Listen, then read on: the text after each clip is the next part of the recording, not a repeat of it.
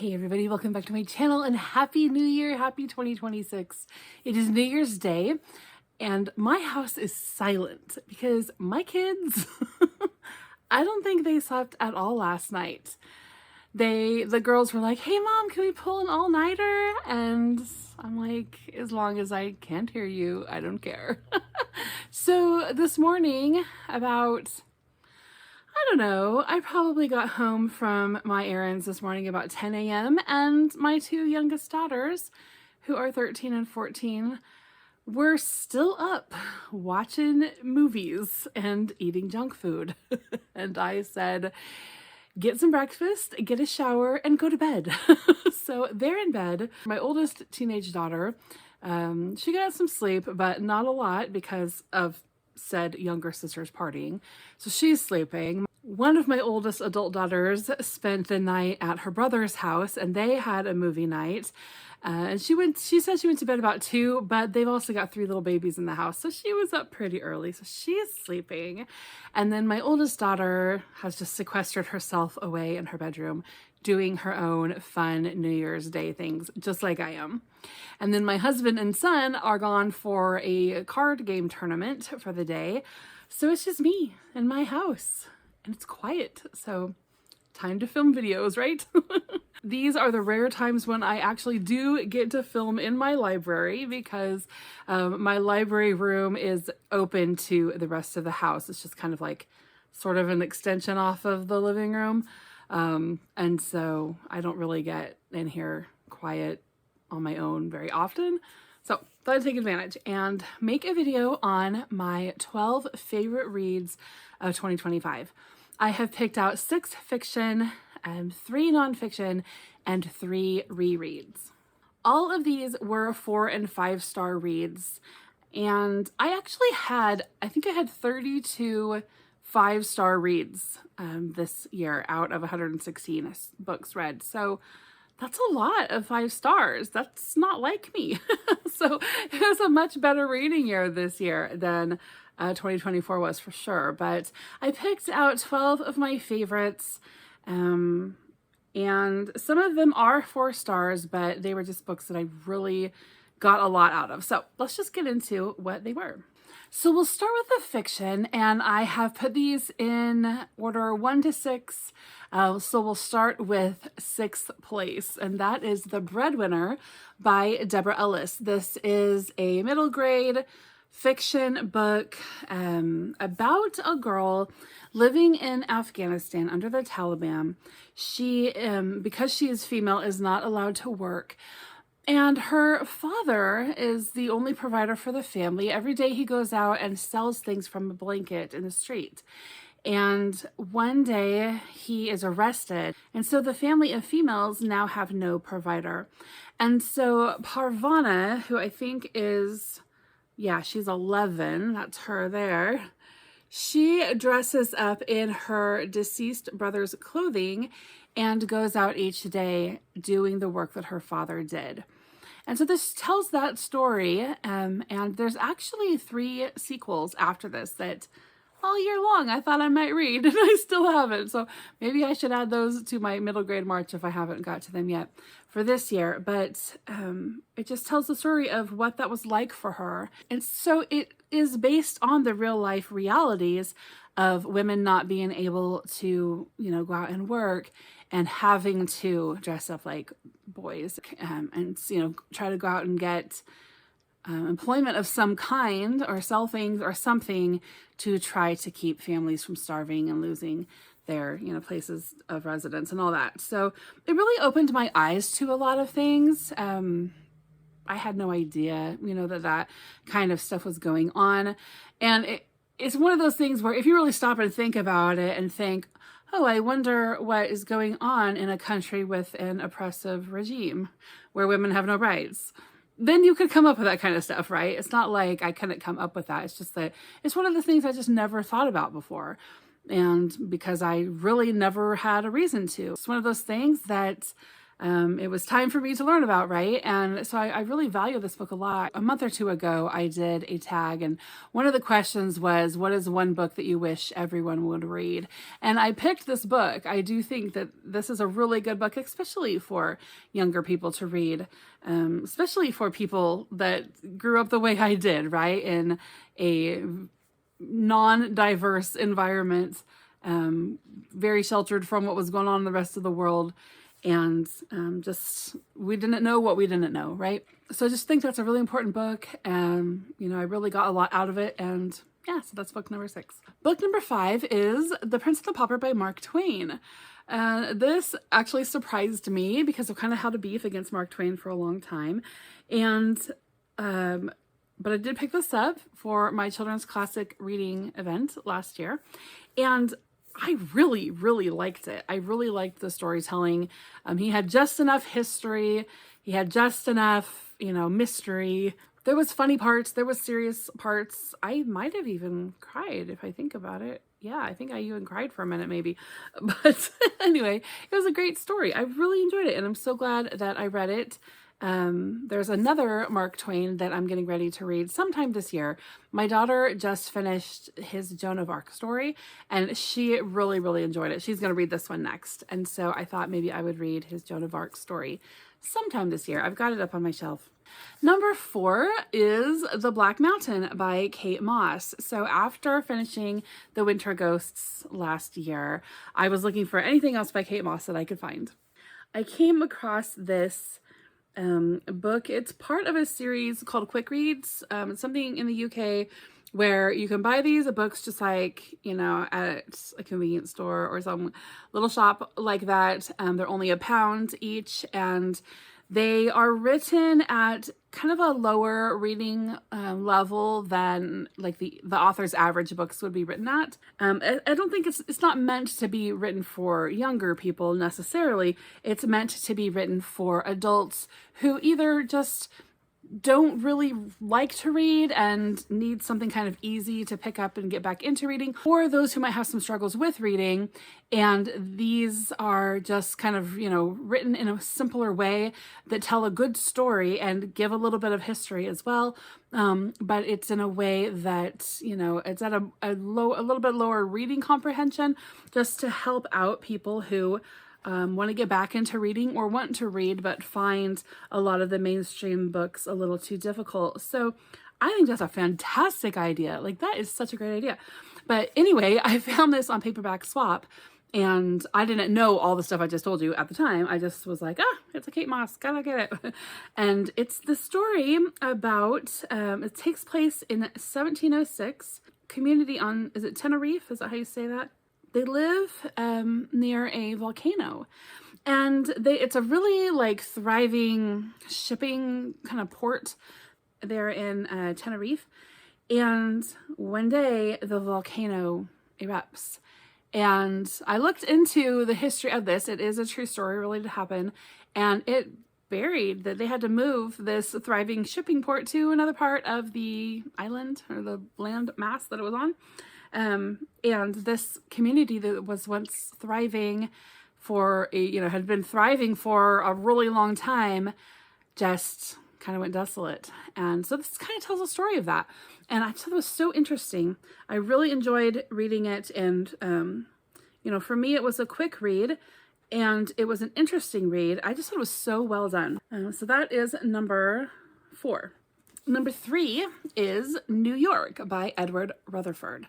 I adore Edward Rutherford. His books are the kind of books that you can read all, 900 pages of and then turn right around and start it all over again. I adore his writing. So what Edward Rutherford does is he starts he picks a place, and then he starts in the ancient most period of history that he can possibly imagine for this place. And he develops a handful of families. I think in his book on London, I think it was 7. I don't remember how many families, maybe 5 in this one, 5 to 7 families. He develops these families, and then he kind of follows their history from ancient times all the way up to the present day in which he is writing. It's all fictional. They're not, real families, although there are lots of real historical characters mixed into the story, because these families are living generation after generation after generation in the same place. And it's kind of like his imaginary founders of these places, and how their family lines spread out and intertwine and interact with other, known real life sort of establishers of these places. And it's just fantastic. It is so atmospheric. Every era, you're right there. And the New York one, I think, was the two that I've read by him. I've only read two by him. I've read London and New York. They were both really easy for me to follow because both of those histories are histories that I am pretty well versed in, right? So the London history, I've read a ton on the history of London and the Thames. And so I was able to follow that one really well, and just loved the history of it. And then for New York, although I've never lived or spent time in the Northeast, it's the history of America, right? It's something that we, are familiar with and start learning from a young age here. So anyway, I just enjoyed it so much. All right, so number 3, New York. Number 2, I don't have the book with me because I sent it to my mom, but it is The Mystery of Mrs. Christie by Marie Benedict. I loved this story so much. I thought she did such a great job of portraying the character of Agatha Christie, but you don't actually realize how much she's in Agatha Christie's head until like almost the very end of the story. It's so good. I really, really loved it.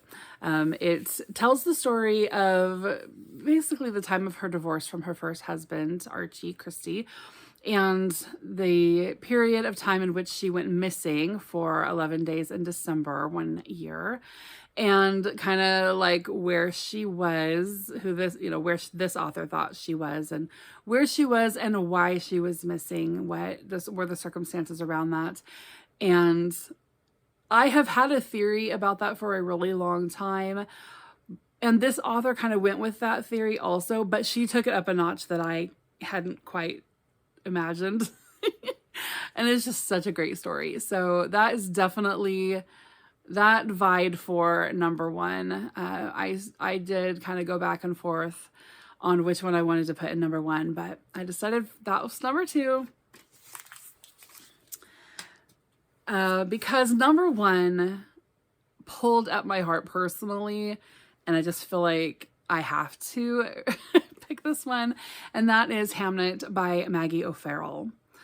This is the story, that it's the story of Shakespeare and his family, but he's not actually ever mentioned by name in here. I opened it up to just kind of be reminded of a couple of things, and should have done that. I have a lot of notes in here. This story was so hard. Anyway, yeah, Shakespeare is never mentioned by name, but it is the story of him and his wife from the time that they met and through the loss of their son, Hamnet. And it's really about the mother's grief and her loneliness in her grief. The fact that everyone else who loved Hamnet also misses him. And, they're all struggling in their own way, but no one can grasp what the mother is going through, right? And the grief that she's struggling with. And there are lines in this that just killed me. I mean, they just really ripped at my heart.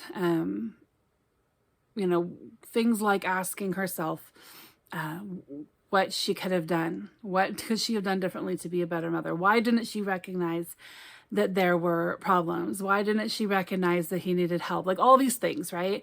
And so if you if you have experienced, child loss or estrangement or anything that just tears your guts out like that. This is such a difficult book, but it was so relatable also. And I have not stopped thinking about this book. When did I read it? This says I read it in September. And I haven't stopped thinking about it. I think about this book several times a week. And several of the quotes are in various journals and things. It just gripped me. But anyway, I don't know if I even finished describing the plot. But basically, if you know the story of Shakespeare, you know that he lost his son Hamlet. And so that is what happens, right? Hamlet dies in this book of the plague. You know that from the back of the book. It's not like I'm giving you a spoiler. And then it's really just about the way that they struggle to keep some kind of normalcy. And so it's not really like, and I think it's very interesting how she did this, because it's kind of like how Daphne du Maurier didn't give Mrs. De Winter a name, right? It's to point out her, her sense of nothingness, of being nothing, and the way that people treated her was like she was lesser, right? This just takes that to such an extreme by not naming Shakespeare. They don't call him first name, last name, nickname, nothing. He is he or him. Like, that's it. That's all. That's how she addresses him in the entire story. And I think it's because what she's trying to focus on here is the woman and what she went through. And, do we talk about his wife and what maybe she had gone through? Like, we never talk about Shakespeare's wife, right? It's just Shakespeare. And he's like, a name that is known all over the world and has been for 500 whatever years. But the point of this book is to set aside that famous man and address his obscure wife and her very real, deep, excruciating emotional pain. And so she does that in such a real way that it's hard. It is a hard book to read, and I don't know if I can ever read this book again. But it just really spoke to me, and I am glad that I read it, just because I think that it was something I needed to feel, and it helped me process through some stuff that I have been going through with one of my sons. Yeah, number one for sure is Hamnet. Difficult Hamnet. Okay, second stack here is my 3 favorite nonfiction of the year. The first one is Come Tell Me How You Live by Agatha Christie Malawan. This is kind of a biographical story. It's like a sketch, portion out of her life, maybe a year or so that out of her life here, where she talks about when her and her husband were in Syria for a archaeological dig. He traveled all over the place doing archaeological stuff, and she traveled with him. And she even had like a little hut that was her writing hut, and it said something above it, like it was Agatha's writing hut or something.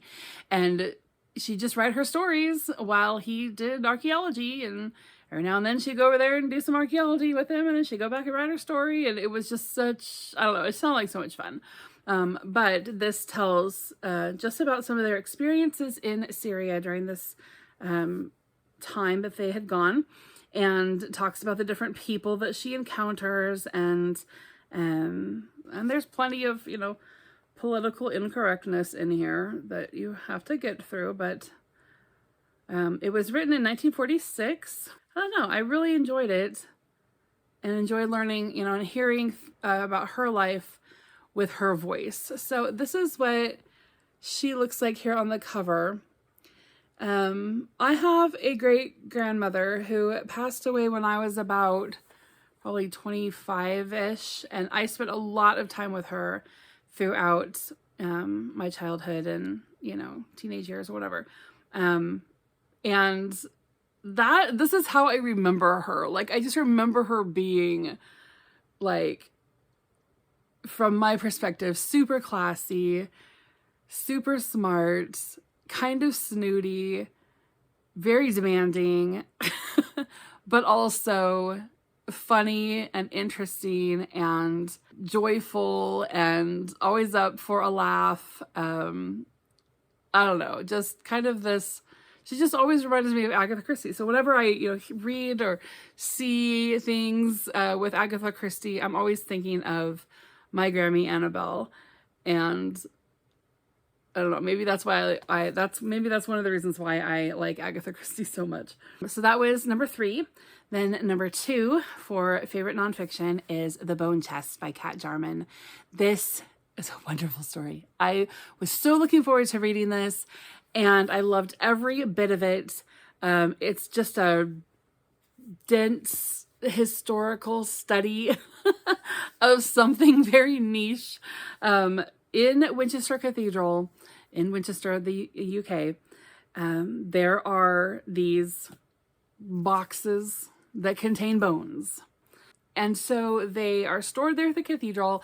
They've been there for a really stinking long time. And so something that happened in far back past history, during the English Civil War, the enemies came in and tore open those bone chests and started chucking the bones of the kings and queens. That's who they believed were in these chests, were the kings and queens, the Anglo-Saxon kings and queens. And they began chucking their bones all around the cathedral. They busted out the massive stained glass window at the front of the cathedral into a billion pieces all over the place with these bones. And they just made a very sacrilegious mess everywhere.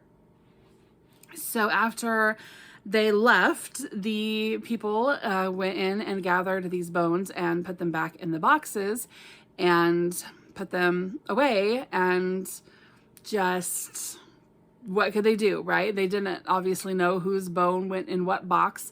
And so they just did the best they could and put them back away. They're way up high in the cathedral, way up where nobody can reach them, even on horseback.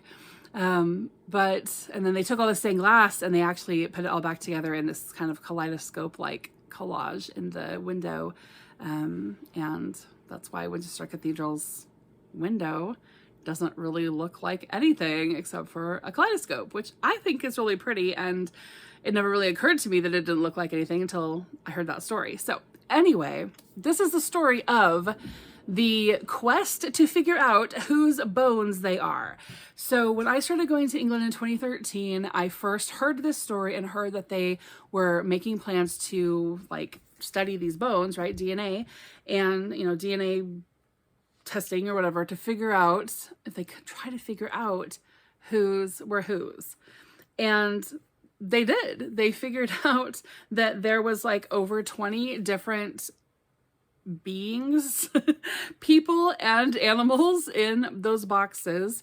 And so, there was sheep bones in there along with humans. And so I have some theories about that, right? Because they did dig up the bones from the old graveyard and stuck them in there to put them in the new cathedral. And it's very possible that they kind of dug into a, rubbish pile or whatever. I'm way off track here. Anyway, that's a tangent. But this book is the study of them studying those bones over the past, I don't know, I guess it's been probably 15 years. And what they found, who the bones belong to, which bones probably do belong in the cathedral, and which bones were probably people that were just in the graveyard that weren't necessarily royalty. I think it turns out that they found 7 or 8 people. It kind of helped that the names of the people were on the side of the boxes. So they could, find descendants living now and do some DNA testing or whatever. So anyway, it's a great book. It's got maps of the cathedral. It's got maps of England. And it's got tons of great information. And in the back, it's got a big index and a bibliography. And it's just one of those awesome books that you can just completely nerd out on. And I just loved it, and I read it before I went back to Winchester again. And so then it was even more fun, right, to see these boxes that I'm so interested in. And it is a fantastic book. I have another one by this author called The River Kings, and I'm really hoping to get to that one of these days soon. This one's all about the Vikings, so that'd be interesting to read too. All right, and then my number one favorite nonfiction of this year. I am probably not going to be the only one saying this. If you watch other channels similar to mine, you're probably going to see more than one person mention that Jane Austen's bookshelf was their favorite nonfiction. This book was so stinking interesting. It was so good. I learned so many things. Basically, this author has picked out a handful of women writers from the time of Jane Austen and before her, and shown how these authors influenced Jane's writing, and in pretty much every case were actually greater than her during the time. They were thought to be greater writers. Jane Austen's work has survived and become much more mainstream than any of these other works and any of these other women did. But that's a lot of that is probably due to Hollywood. If Hollywood started making movies on all of the, Mariah Edgeworth novels, we'd probably have a big Mariah Edgeworth revival within the next 20 years or so. But I had written in the front of this book, if you're truly an Austen fan, you owe it to her to read this. If you're truly a lover of literature, you owe it to yourself to read this. I think that Jane Austen would be thrilled that we are rediscovering her favorites, her mentors, and the people that helped her become who we think of as being one of the greatest authors, right? There's just so much good in this. I actually made an entire video on this book, link in the description box. You guys can check that out. I thought it was fantastic. I just think this is such a valuable resource, and I think it really opens the door for awareness that there are so many female authors that have just been lost to time. So many. I can remember reading at one point that Jane Austen was the author of the first modern novel. And I believed that for a long time. And that is so far from the truth. So far from the truth. There are so many good writers before her. So you'll learn about some of them in this awesome book. All right, and then I have picked 3 of my favorite rereads. I think I had like 28 or 29 rereads this year. And I just really didn't realize I had reread that many books. But I picked 3 favorites. Coming in at number 3 is Sundancing by Jeffrey Morehouse. This is a nonfiction book about Skellig Michael, which is, I don't know, an island, I guess, off of Ireland. But it's not like inhabited or anything, but there used to be a monastery there. And so this tells the history of that. Now it's kind of like a bird sanctuary. So, you can go out there, like tour out there, and they filmed Star Wars, movie out there, and you can go out there and see it and stuff, but like nobody lives there. But, in medieval times they did. And it was a monastery there for quite a while. This book is in 2 parts. The first half of it is a fictional story that tells the history from, whatever they know about it, from the first monk and group of monks that arrived there through until the last one left. And it's all fictionalized. And then the second half of the book takes chapter by chapter from the fictional story and takes some of the information there and then tells you the nonfiction about it. So it could be that he is describing Skellig Michael itself, could be that he's describing a worldview, could be that he's describing the layout of the buildings or, some of the artifacts there. Some of the belief systems or, places that these guys came from. And so he's just kind of like following up with the fictional chapters with nonfiction information. It's fantastic, but this is the second time that I have read through this book. The first time I read it, I just read it straight through. I read all the fiction, then I read all the nonfiction, and I got really bogged down. And I just actually ended up putting it away and not finishing the nonfiction section because it was just a lot. So this time I got kind of smart and I read a chapter of the fiction section, and then I went ahead and read the chapters on the nonfiction elements that go with that chapter, right? Went back and read chapter 2, went back and read the nonfiction, and I did that back and forth through the whole story, and that was so much better. That flowed so much better. I'd really love to see a new edition of this come out where he actually does pair those up side by side as you go through, and I think that would make for a much more pleasant reading experience. But I first encountered this book for a college class. I was taking a college class online, and it was the history of Christianity with a focus on Ireland and England. And so, yeah, this was a perfect book for that. This is such a good book. So that is number 3 for my rereads. Number 2 for my rereads is Persuasion by Jane Austen. I had not read Persuasion in about, I don't know, 13 or 14 years. And so rereading it was such a great experience. I really honestly think that this is my new favorite Jane Austen. I just loved the mature voice in it. I loved the second chance story. This might be the OG second chance romance. And I just thought it was so nice to read about a more mature character. So, you know, you start reading Jane Austen as a young girl and you think, I'm Kathy Morland, I'm Elizabeth Bennet.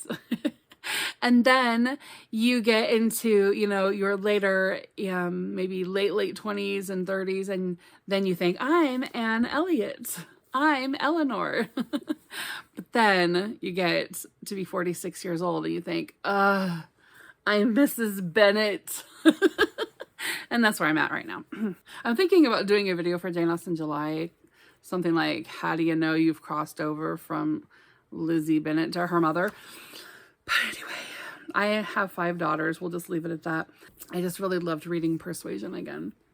And then my final reread for the year, I'm sure that you guys can probably guess this if you've been watching for the last month or so. Here we go. Is The Winter Ghost by Kate Moss.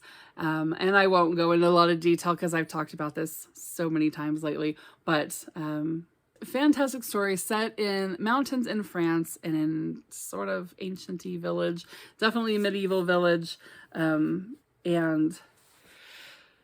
it gives us a little history, just like I said with that one, The Black Mountain. This one also gives a taste of history set in a fictional tale, and just so fantastic. The title, The Winter Ghost, might be a little misleading depending on how you interpret the story. It can be interpreted to not have actually been real ghosts, but it also cannot. So just such an atmospheric book. You have to read it when it's cold and dreary. And yeah, anyway, that was my number 1 for my rereads. So there you go. There are 12 of my favorite reads from 2025.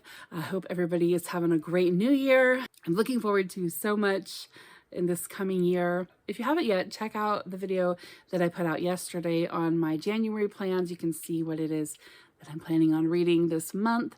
I've already started the King Arthur book that I talked about, and I'm loving it. It makes me want to just like put the book down and go watch the cartoon, the Disney cartoon from, you know, like the 60s or whatever, about the Sword and the Stone. But I won't. I will read the book and then go watch it. All right, guys. Hope you're all doing well. I will see you soon. Bye-bye.